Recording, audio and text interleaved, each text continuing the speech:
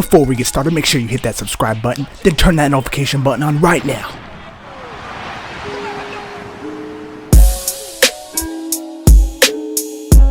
We've often heard about superstars sacrificing everything for decades to get a chance to win the world title in a major organization. It's often said that you need to pay your dues and shed your blood and sweat tears and truly deserve a run as the world champion. However, over the past couple of decades, there have been multiple performers who, in spite of not setting the stage on fire with their performances, had the opportunity to win a world title in a major wrestling promotion. You have to find yourself at the right place and at the right time to get such an opportunity, and while it's truly an honor and a privilege to join the list of legends who became world champions, not all of them deserve the honor. In this video, we will be taking a look at 10 wrestlers who did not deserve to become world champion. If we're writing down some of the names of some of the raunchiest people in WWE, then Sable will undoubtedly make the cut. However, when we're discussing female talent that put women's wrestling on the map, then there's a good chance you won't find her name in the top 100. When Sable and Mark Marrow started appearing on WWE programming, it was obvious from the start who would get more exposure. Vince immediately decided that he would make Sable the biggest star of the two and even made Sable powerbomb her then husband on live TV. McMahon would also decide to put the women's title on Sable, obviously for her exemplary in-ring skills, her penchant for cutting outstanding promos, and how about not. After Sable dropped the title, she left WWE, sued the company for $110 million, settled out of court, returned a few years later, and then married Brock Lesnar. Pro wrestling is indeed unpredictable.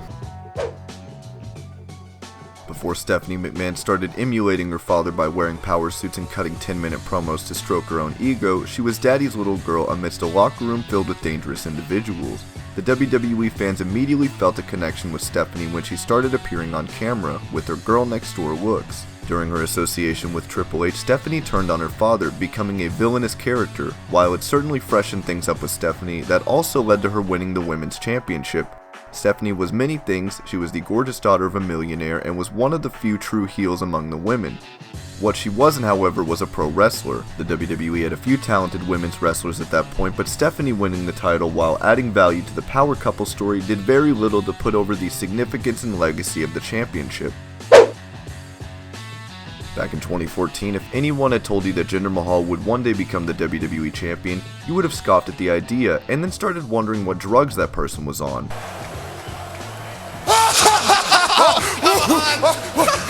From his first appearance, nothing about him made him a candidate to become a future world champion. However, after being released from the promotion, Mahal transformed himself into a chiseled Adonis, who looked like he had just been sculpted from Vince McMahon's imagination. Soon enough, Mahal found himself back in the WWE, but Vince had other plans for the former member of 3MB. Mahal was drafted to SmackDown, where he challenged Orton for the WWE title. At this point, the fans believed that Jinder was merely getting a push and not a title run. But when Jinder actually defeated Randy, jaws hit the floor. And seemingly out of nowhere, Jinder became the 50th ever WWE champion. Needless to say, the experiment backfired, with no one taking his run seriously. While it wasn't the single greatest disaster to put the WWE title on Mahal, you have to wonder what the creative team was thinking. Today, The Miz is one of the most entertaining superstars in the company and has the knack for cutting some of the best promos on a weekly basis. The current IC champ has also molded himself into a solid worker, and the fans have been asking for the A-lister to receive a push and be awarded with a WWE title run. However, there was a time when it seemed like WWE was hell-bent on pushing Miz down our collective throats, which also included him beating up John Cena at WrestleMania in a match for the WWE title. Miz won Money in the Bank in 2010 to get a guaranteed shot at the championship, but when he eventually cashed in, it would be an understatement to say that the fans weren't thrilled. In fact, the Miz girl became a mascot, the human embodiment of anger that the fans felt when Miz defeated Orton to win the WWE Championship that night on Raw. The Miz was barely passable as a mid-card, and the idea of him holding the prestigious WWE title didn't sit well with the fans. The one thing that worked for him, however, was the fact that the fans did not want to see Cena holding the championship. The fans, in Bray Wyatt's words, thought anyone but Cena.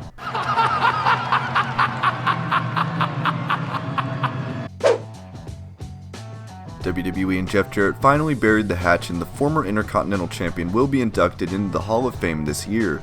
Jarrett has been a mainstay in pro wrestling for the past 3 decades. He wasn't the headliner or the top draw, but he was a solid mid-carder and someone that could hold the show together. What he wasn't, however, was world championship material. Jeff was a polarizing figure. While some fans found him entertaining, the others couldn't understand how Jarrett managed to keep himself relevant for so long. When Jeff left WWE in '99 after holding the IC title hostage and reportedly extorting $300,000 from Vince McMahon, he signed up with the already failing WCW. In 2000, when WCW was well and truly on its last stand, Jeff was made the WCW Heavyweight Champ. While WCW still had some of its bigger stars, Bischoff wanted to put the title on the talent that weren't highlighted in the company, thus pushing guys like him and Booker T. However, Jeff had done nothing by that point to warrant a run with the title. As it turned out, after WCW folded, Jarrett Sr. and Jeff started a new promotion, where Jeff was given multiple runs as the champion, to no one's surprise.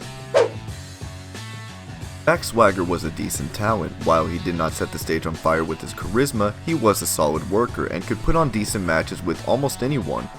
While he was a part of the Real Americans with Zeb Coulter, Jack really came into his own, and the duo did well, pushing the narrative of rampant illegal immigration in the US and thereby drawing good heat. By that point, one could feel that the damage had already been done to Swagger's career. Pushing someone too early could adversely affect their wrestling career, and that's what happened with Jack. Swagger won the ECW title before the brand was wiped out of existence, and won the World Heavyweight title in 2010, less than a year after he was drafted to the main roster. His title run was flat, as the audience didn't care enough about Jack to be interested in him. Swagger eventually dropped the title to Mysterio, but by that point, he had lost a ton of momentum and never really recovered from his uneventful championship reign. Someone from creative or Vince himself looked at the wealth of talent in the locker room, pointed at the tall tree trunk of a man standing awkwardly, and decided that he would be the next heavyweight champ. The Great Khali's debut was unlike anything the fans had ever seen before.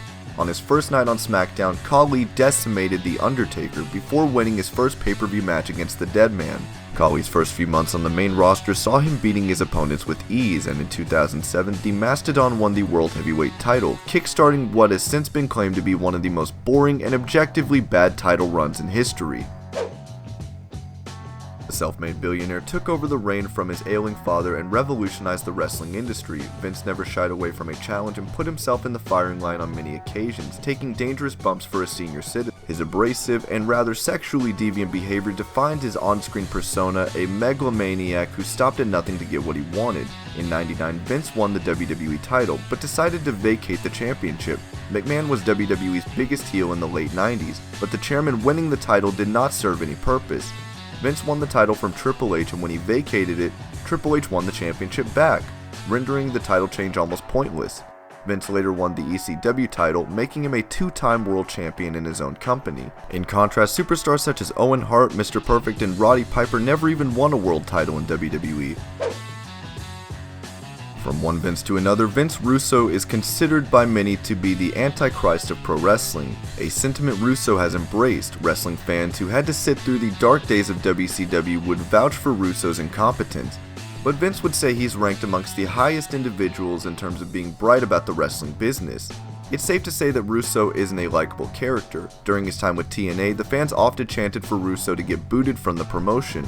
Russo was also known to heavily favor his friends, and during his time with WCW, he decided to take things one step further and put the WCW World Heavyweight title on himself. Russo's WCW run is often seen as a bit of a mistake, and many credit Russo's shambolic booking and his interest in emphasizing car crash TV as one of the major reasons why WCW went out of business in 2001.